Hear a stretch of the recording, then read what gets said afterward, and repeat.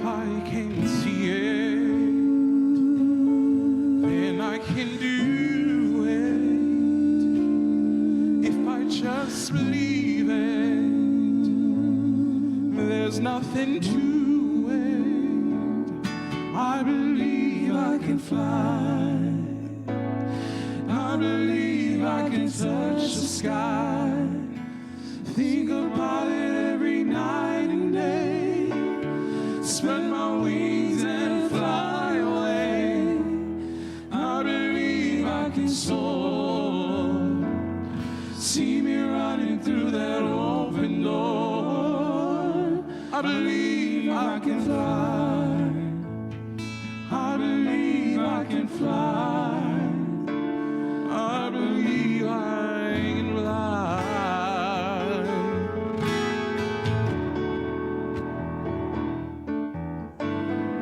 See, I was on the verge of breaking down. Sometimes the silence can seem so loud. There are miracles in life I must achieve. But first it's got to start inside of me. But if I believe it, then I can do it. If I just try it, and then I can see it. I believe I can fly. I believe I can touch the sky. I think about it every night and day. Spread my wings and fly away. I believe I can soar. See me running through that open door. I believe I can fly. I believe I can fly. I believe I can fly.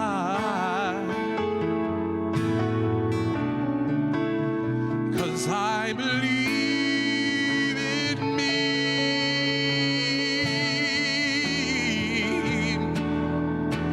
If I can see it, then I can do it. If I just believe it, there's nothing to it. I believe I can fly.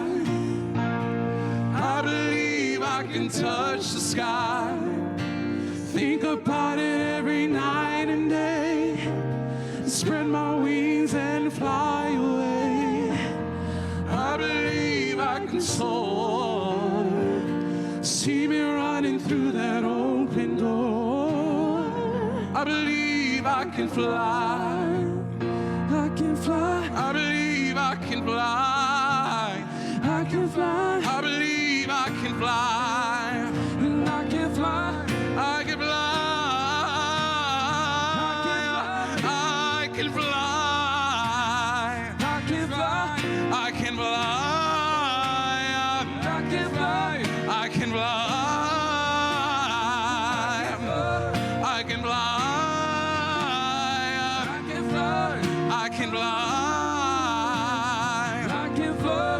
If I just spread my wings, I can fly. I can fly. I can fly.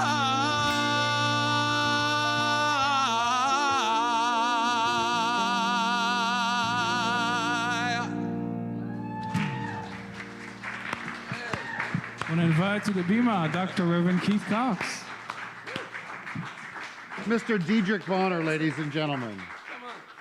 So happy to have you back here. Mr. Dedrick Bonner, along with Yaron Spiwak and James Harper. Good morning, everyone. Happy Sunday, right? A happy semi-dry Sunday, which is really nice. Semi-dry, I think 12 o'clock, we're going to have some sprinkles from the sky. And other than that, we're back to sunny, semi-sunny Southern California weather.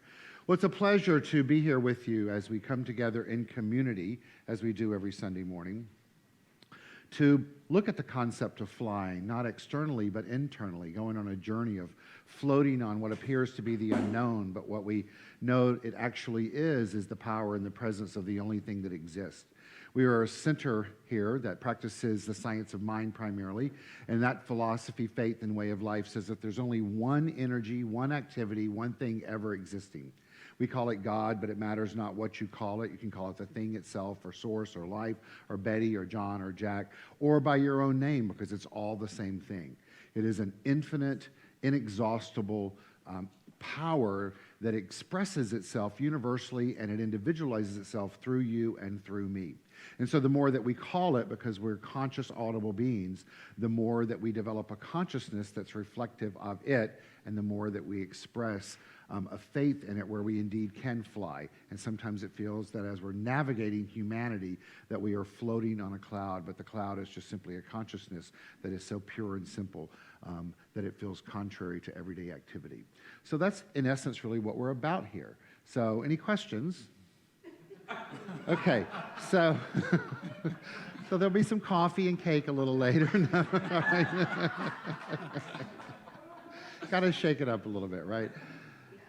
So anyway, it's a real pleasure to come together and be reminded of who and what we are as spiritual beings and why we practice this philosophy and this faith and way of life known as the teachings of the science of mind.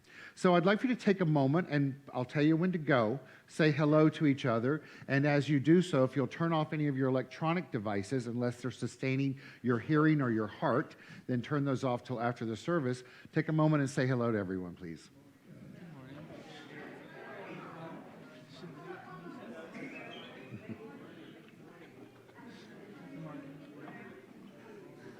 Good morning. What are you giggling about? What's he giggling? I have to be careful. I got caught last time with it on, so.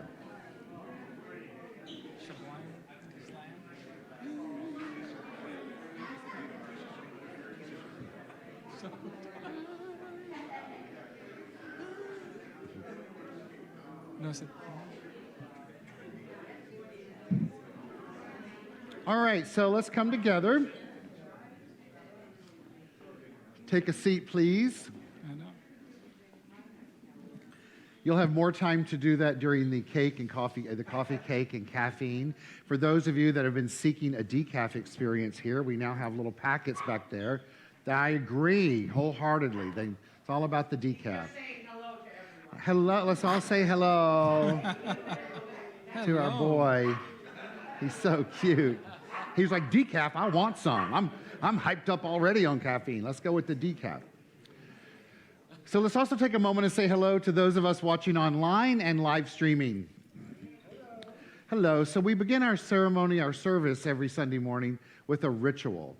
And it's called Calling in the Light. And it's an opportunity to remind ourselves of that light that exists within us, to avail ourselves of the experiences of going within, and to not only seeing the light within, but being aware of the light that exists out in the universe.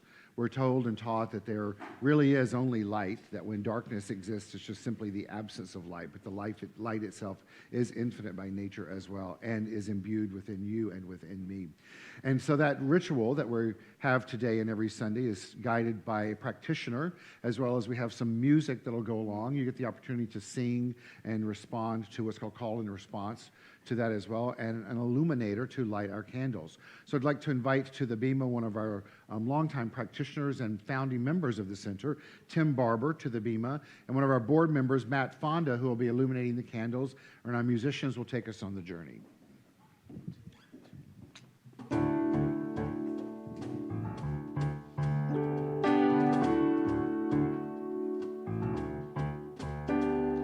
Calling in the light, calling in the light, calling in the light of love.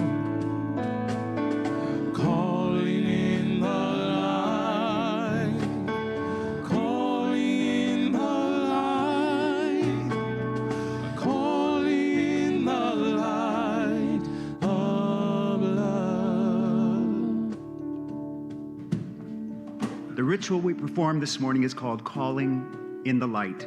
Today, we perform this ceremony to promote the universal consciousness of life, which acknowledges that all people of all faiths, all sentient beings, are part of and animated by the one great universal presence, which we call Spirit. The purpose of this ritual is to draw into our gathering a conscious awareness of our oneness and the qualities we possess as complete expressions of the divine. As we let go of all ideas of limitation and we embrace our oneness with Spirit, we see the light of life in and as all expressions of life. We know this life illuminates you and me, all people, everywhere, always. The quality of the divine we use today in our ritual is joy. Let's use an acronym for the word joy during this ritual to create a framework for us to fully embrace this light. As we light the first candle for the word jubilant, which is defined as a feeling or expressing great happiness and triumph. We each recall times of irrepressible happiness and in ourselves, and we decide now to live our lives in triumph without hesitation. We light the second candle for open. Webster's defines open as allowing access, passage, or a view, not closed or blocked up. Today we consciously release all impediments and open our access to Spirit in harmonious and life-enhancing ways. The third candle is illuminated for you, to mean expanded we, meaning all people, all faiths, races, politics, ages, all genders, all circumstances. What you want for yourself, we want for all others.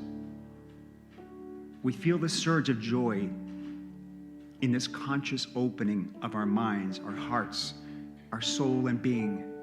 We actively participate in the ripple effect of joy that is transpiring around the world.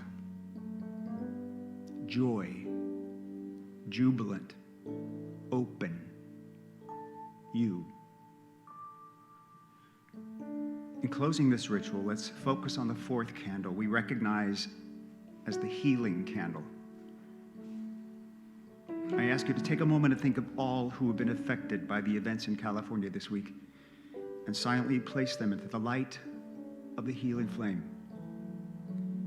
Include anyone else you choose into the healing light, which includes yourself, as we visualize all experiencing the eternal, everlasting love of the divine.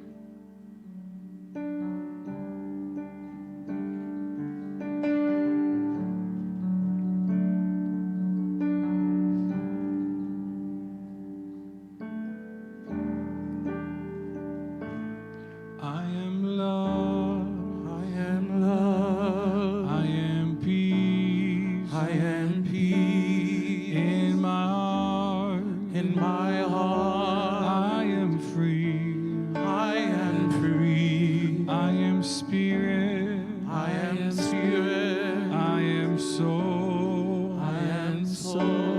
All together, all together, we are one, calling in the light, calling in the light, calling in the light of love,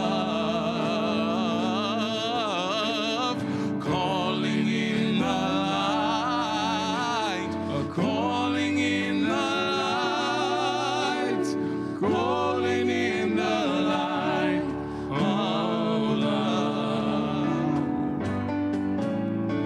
calling in the light of love. And so it is, and so it is, and so it is.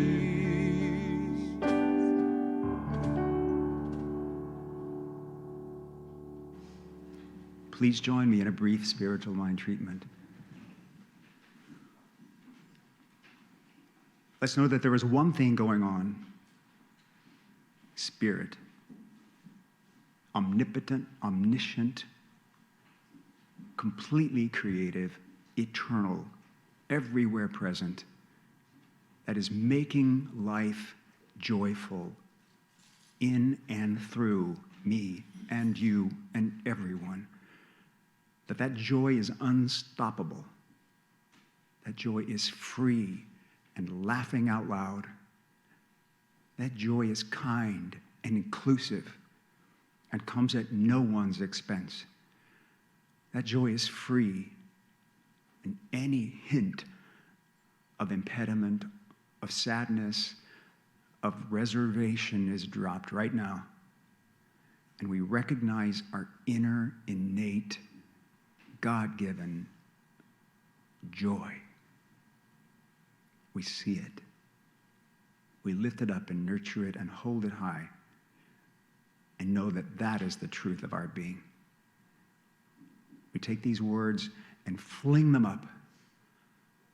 They fly from us and do their work everywhere.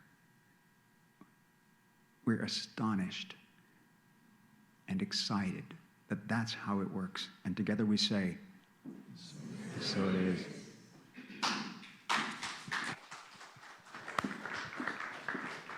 Thank you. Thank you, Tim and Matthew and gentlemen. So beautiful. Does it feel awkward for you all for us to clap after that? Or are you just in a state of zen where you're not quite sure what to do? Is it the zen? Awkward? Okay. So let's try it differently. Let's not clap. Let's try that for a while, okay? It's time to change some patterns up. So how about that? Everybody go with that? Yeah. Good. All right.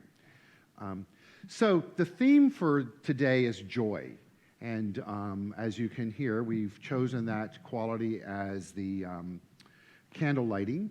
And Tim chose an acronym, Jubilant, Openness, U, which I love that. I'm going to talk more about us living in joy in a moment. And the monthly theme is Tis the Season. And now today's is joy. And so the song that you're about to hear is one that we're all familiar with. It's a Christmas carol. That's how we know it. And so it'll make sense when you hear it, them singing it. But I invite you today, it's up to them whether they want you to sing along or not. But the point I'd like to make is please listen to the lyrics anew this morning. Listen to them anew as just opposed to singing along. Listen to them and see how you resonate with the words themselves. So without further ado, I give you Dedrick and James and Yaron singing Joy to the World.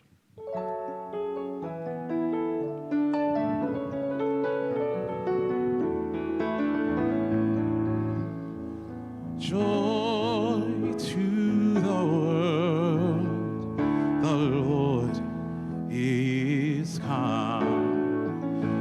Let earth receive our King. Let every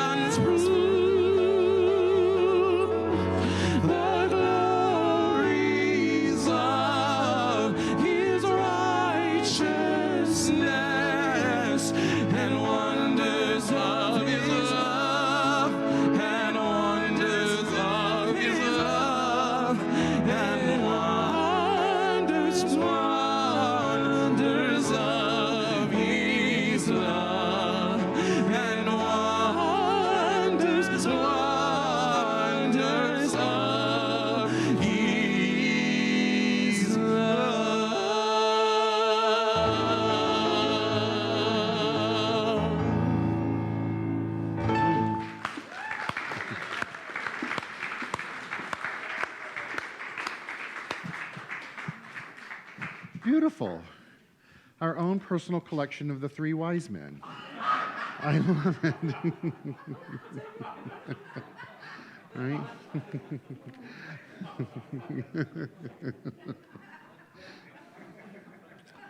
I didn't say the three stooges. I said the three wise men.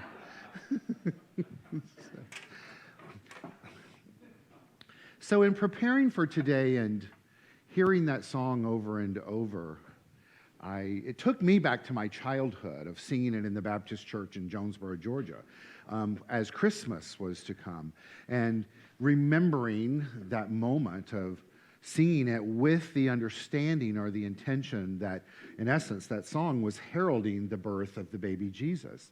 But in researching the song, it's actually not what it was written about.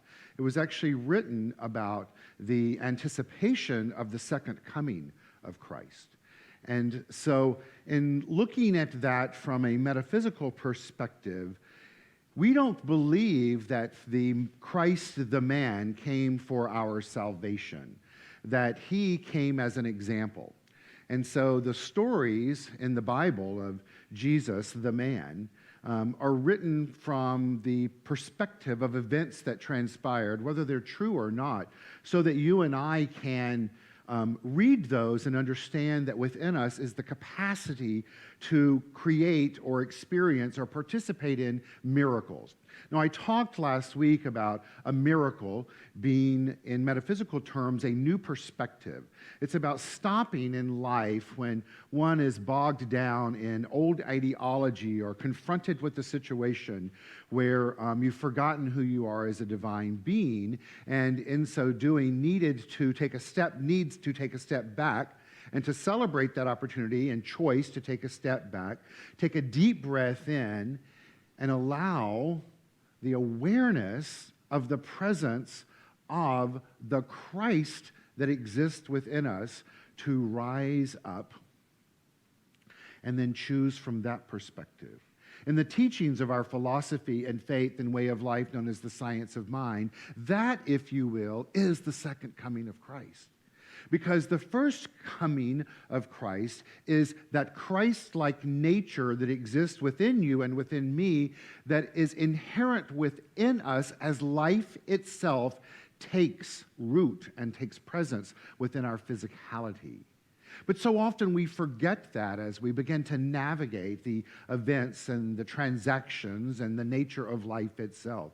But because we are contemplative mental beings with the capacity to choose anew and to know that we're choosing anew and to also be aware that there are times that we choose anew when we're not aware of that at all times we can begin anew and honor, and if you will, for lack of better terminology, ignite within us that Christ-like nature and then choose from that perspective. And so today I want us to begin to look at this season of light that we're talking about, which has been the season of Christmas and soon to be Hanukkah and the other different spiritual holidays that I spoke of last week, and to really begin to fine-tune not only our thinking, but our actions and our reactions and our interactions in life so that we start with being jubilant. That was the J, right? Jubilant. To be jubilant. In other words, what was the definition for jubilant again, Tim? Do you remember? So fully expressing happiness with no attachment. Now let's substitute for the word happiness, fully expressing our divinity, our joy, which is a quality of the divine, without zero attachment, right, to how that is received once we've expressed it. Because our role in life is to express our divinity, and in so doing, because we live in a universe that is governed by spiritual law, meaning that we attract back to our lives, to our experience, in experiential form, that which we put out. If we are radiating and expressing joy from a state of jubilation, then what we're attracting back into our world is more and more of that. And as we do that, that gives us the opportunity to then fine-tune our awareness. Now, in metaphysical terms of science of mind, we're taught that all that there is consciousness. Deepak Chopra, who is a metaphysician practicing a broader aspect of metaphysics, says that all that exists in life is awareness. So it's a synonym for consciousness, but I like that term because oftentimes I'll speak for myself. I think that consciousness is something that is deep within me. And sometimes it's housed in black, and sometimes it's housed in lavender, and sometimes it's red, and sometimes it's a rainbow. And it's like one of those kaleidoscope wheels of color in the 50s for a Christmas tree, right? It's forever expressing itself. But my awareness is something that is within me that I'm aware of that it's taking place. Now, I know that may or may not have made sense, but the reason I brought that up in that perspective is that I think it's important for us to constantly be asking ourselves, what am I thinking right now? What do I believe? How am I using my mind? And if for some reason I haven't shown up in a state of jubilation, am I willing to rethink, react, and react in life to start anew? The more and more that you and I choose to align ourselves with our divine nature, the more and more that we will move to that second letter of joy, which is oneness. We will no longer move from a state of mind or live in a state of mind where we believe that you're having an experience and I'm having an experience. We'll become enlightened and awakened to the perspective, to the spiritual truth, that there is only one experience transpiring. We just process it individually through our own filter. Now, one of the basic foundations of the teachings of the science of mind is that there's only one thing ever taking place. I don't know about you, but to me, that is one big frickin' idea, right? It sounds good, right? It's very attractive. I think it's what brings us into this teaching. But yet, as we go deeper and deeper into that, I mean, take a moment right now and just think of that in a new way. There's only one thing taking place. One. And that we are all one in and as it. Separate from your opinion of it. Right?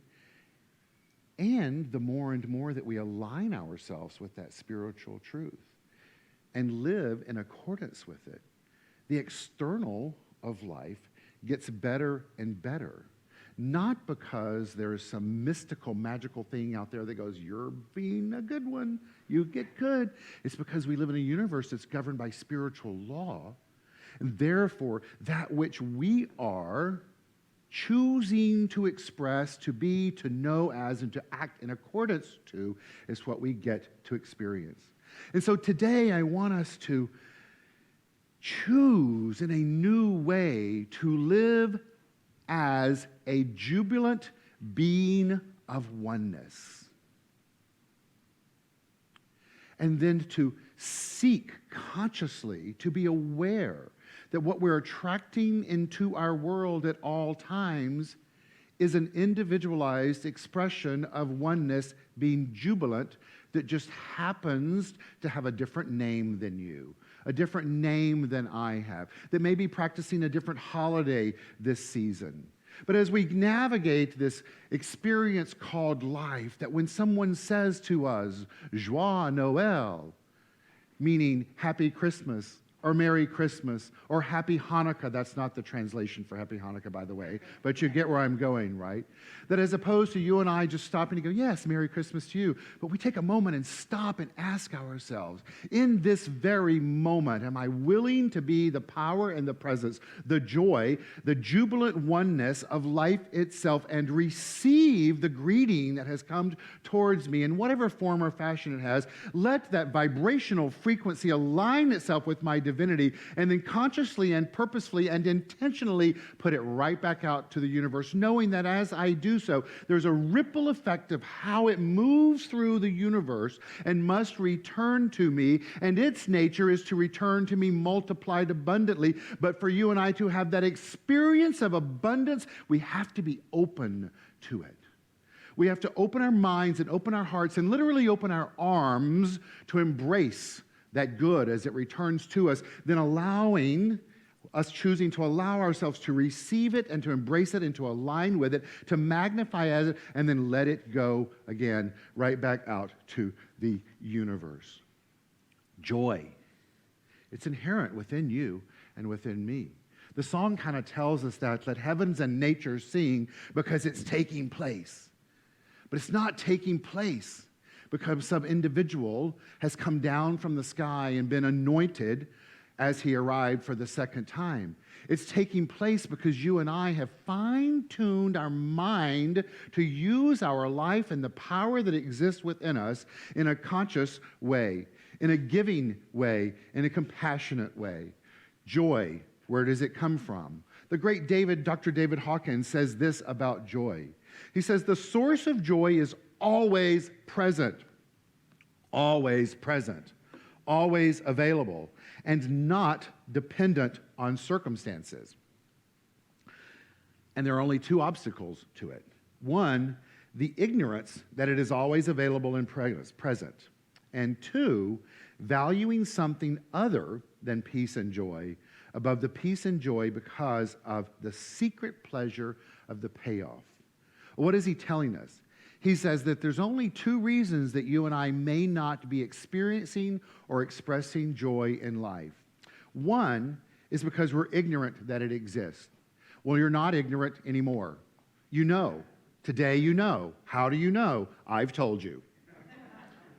But the truth is you already knew that, and you know that you know. So then are you acting accordingly? Which takes us to the second part. He says, which is we choose to value something other than that joy above it, right? Because of the secret pleasure of the payoff. In other words, it's about being a junkie to something other than joy. It's like something other than joy, which could be shame or guilt or unworthiness or being pissy or bitchy or whatever it could be, that we value the payoff of that experience greater than choosing to live in a state of joy. Now, why do we do that if you follow the journey and the teachings of Dr. David Hawkins? As I shared with you last week, that is because in the evolutionary process of the development of our minds, we came to a state of consciousness that became the norm or that which is comfortable for us. But we know in this teaching of the science of mind and other related teachings that we don't have to stay in that state of consciousness or state of mind, that we can purposefully and intentionally and directly use our mind to rise up in consciousness, to use our awareness in a greater way, thus developing a consciousness that is more reflective of our divine nature, remembering that inherent in our divine nature is joy itself, along with peace and power and beauty and light and life and love and wisdom, right? And so the key is to not go to those other things, to consciously become aware, is there an obstacle in life that is causing me, based on my attachment to it, to not experience the inherent joy?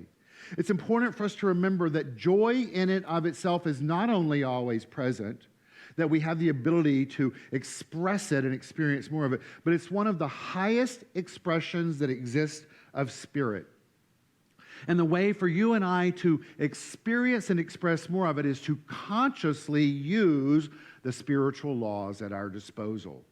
In the basic teachings of the science of mind, we're taught all the time that we are what we think, believe, and act in accordance to. But it's important for us to also know that it's not just that law of attraction that we're using in life, or just the law of correspondence, that there are a multitude of spiritual laws that exist that are taking place within us, within the universe, whether we're consciously using them or not. But I'm going to remind us today of some of them so that we can raise our awareness to live more in and as joy. The 12 spiritual laws of the universe and what they mean, according to Catherine Hurst, is this. When you think about the spiritual laws of the universe, your mind may go straight to the law of attraction. However, it turns out there's a whole network of interconnected spiritual laws that can impact on every aspect of your life.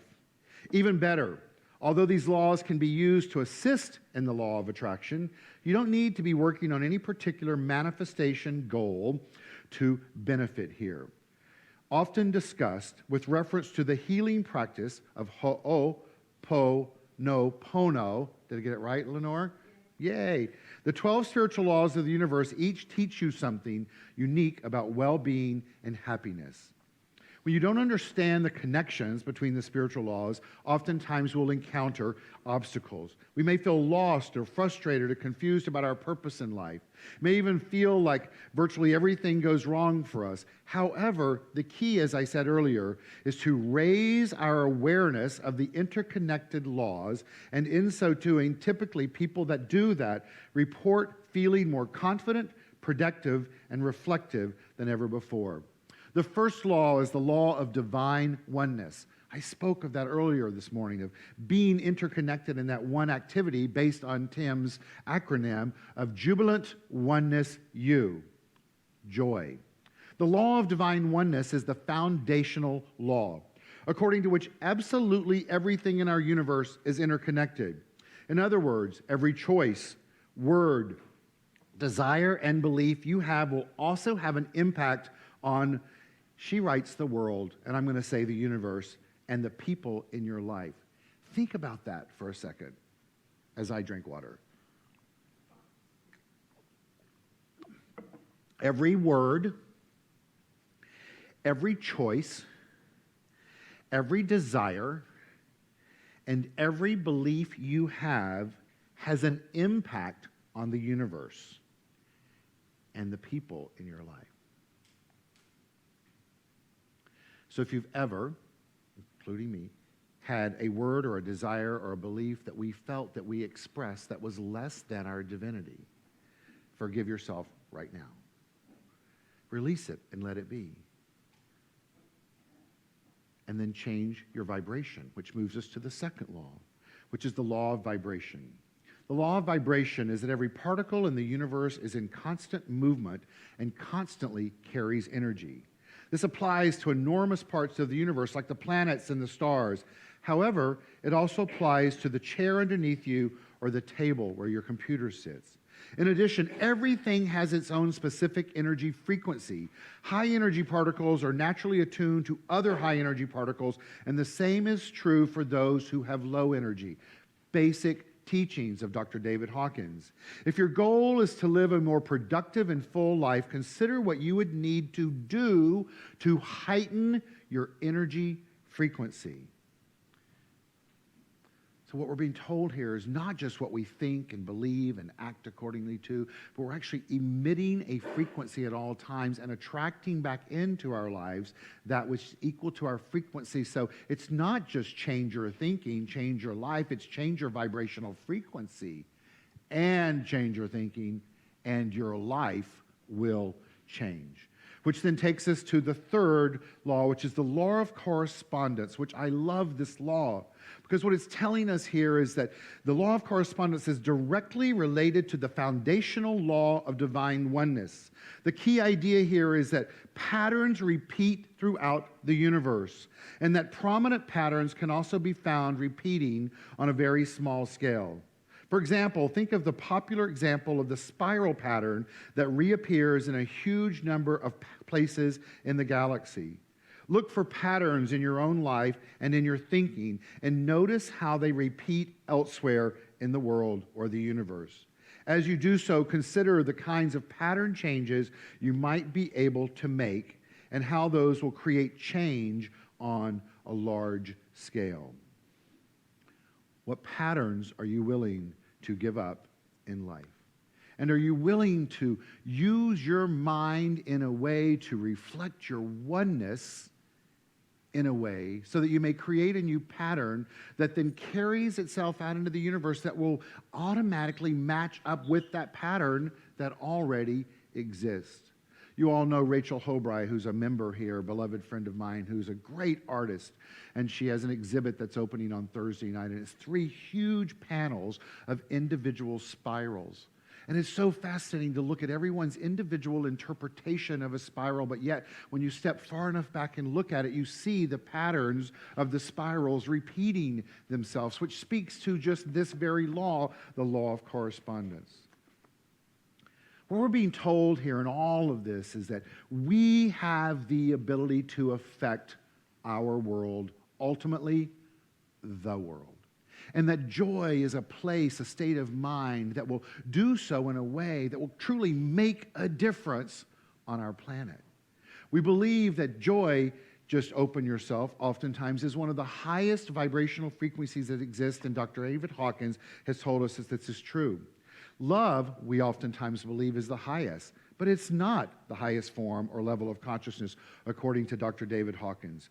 Gratitude, joy, and peace has been logged even higher towards the ultimate of enlightenment, which is close to 1,000 on his vibrational scales, this individual writes.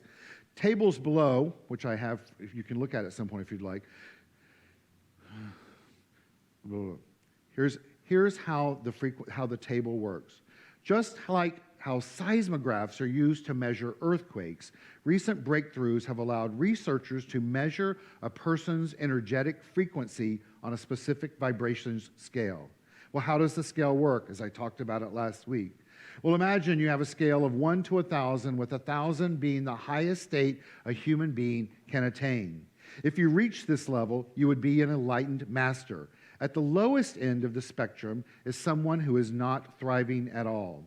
Researchers use muscle testing and kinesiology to determine where people are on the scale. As you can see, heavy emotions like sadness, guilt, or humiliation vibrate at incredibly low frequencies, while feelings like love, bliss, and enlightenment vibrate at high, uplifting frequencies. Right now, the average level of energy on Earth is in the high 200s. And this is because throughout our lives, we've accumulated hidden energy blockages and negative conditioning that holds us back from higher vibrations. The level we should aim for as awakened beings is 500 and above. 500 is the vibration of love. When you vibrate at this level, life becomes drastically different. Love, joy, and abundance are suddenly within your grasp. What he's telling us here, and according to this concept, is that once we develop love as a baseline for how we are choosing to exist in life, not just human love, but love as a self-givingness of spirit whose desire is to create more of itself out of itself, and the only way it can do that is through you and through me, then we have the ability to start vibrating at a frequency that will take us up to the higher levels of peace, joy, and gratitude.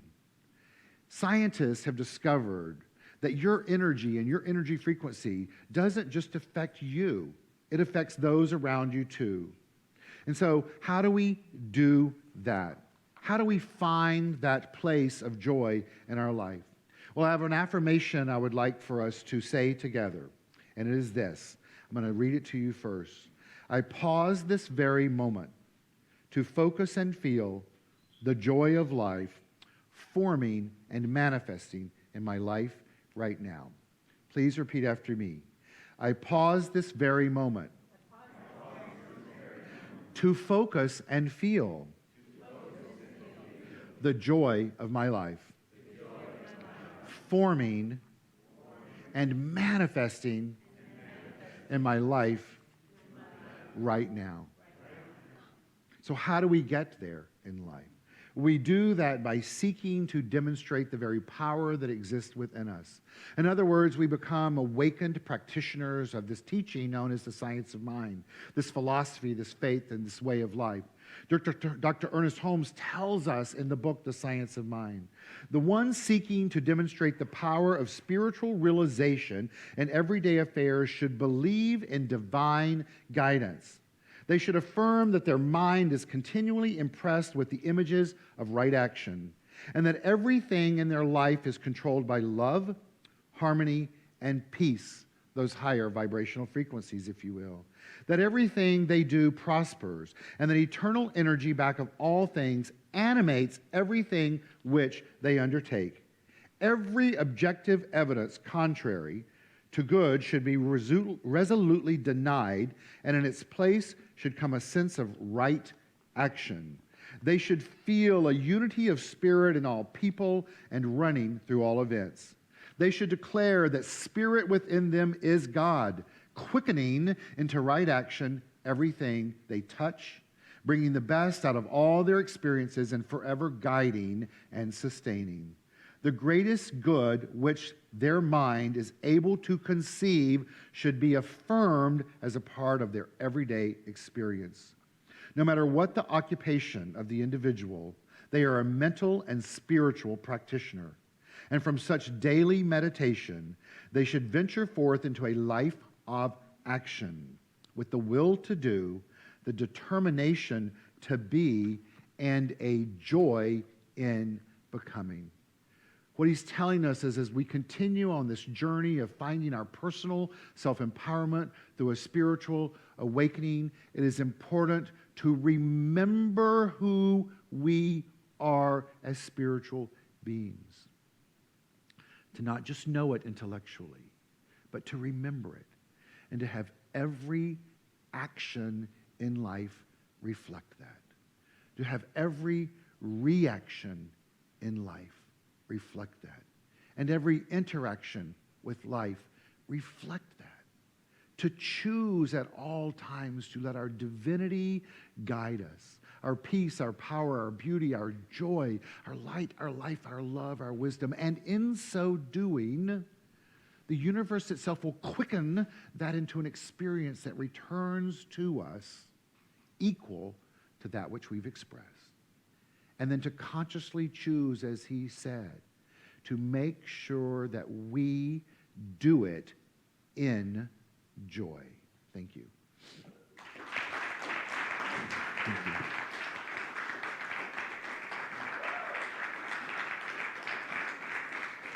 Thank you.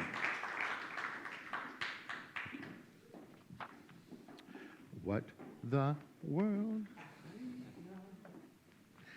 Let's welcome our musicians back. Dedrick, Yaron, and James. Another song about happiness. Well, this is a fun one, so you can sing along. The other ones were fun too.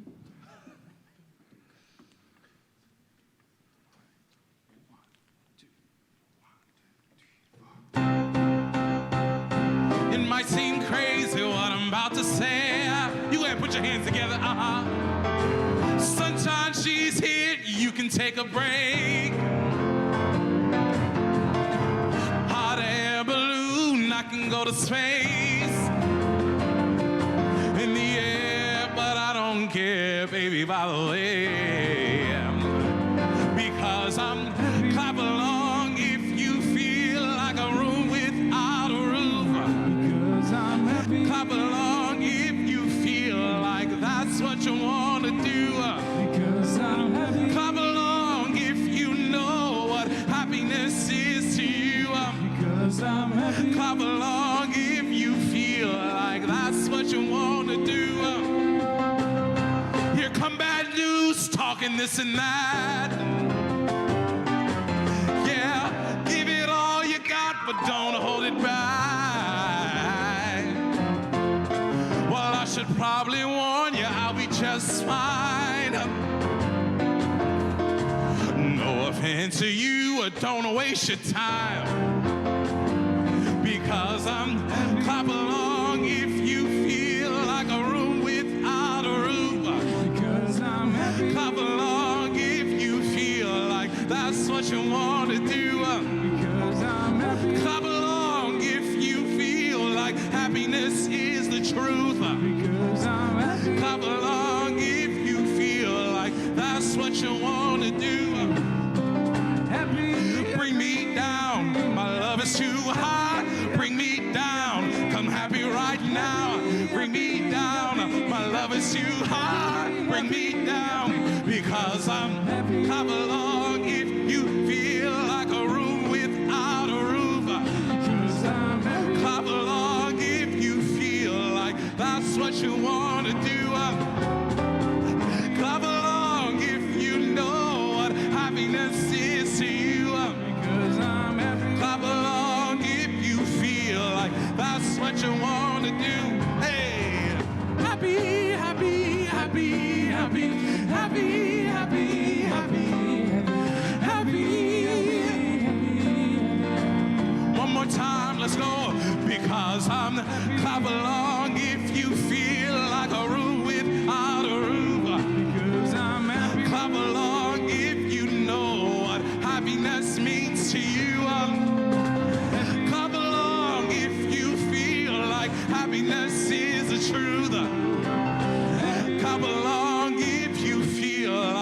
that's what you wanna do.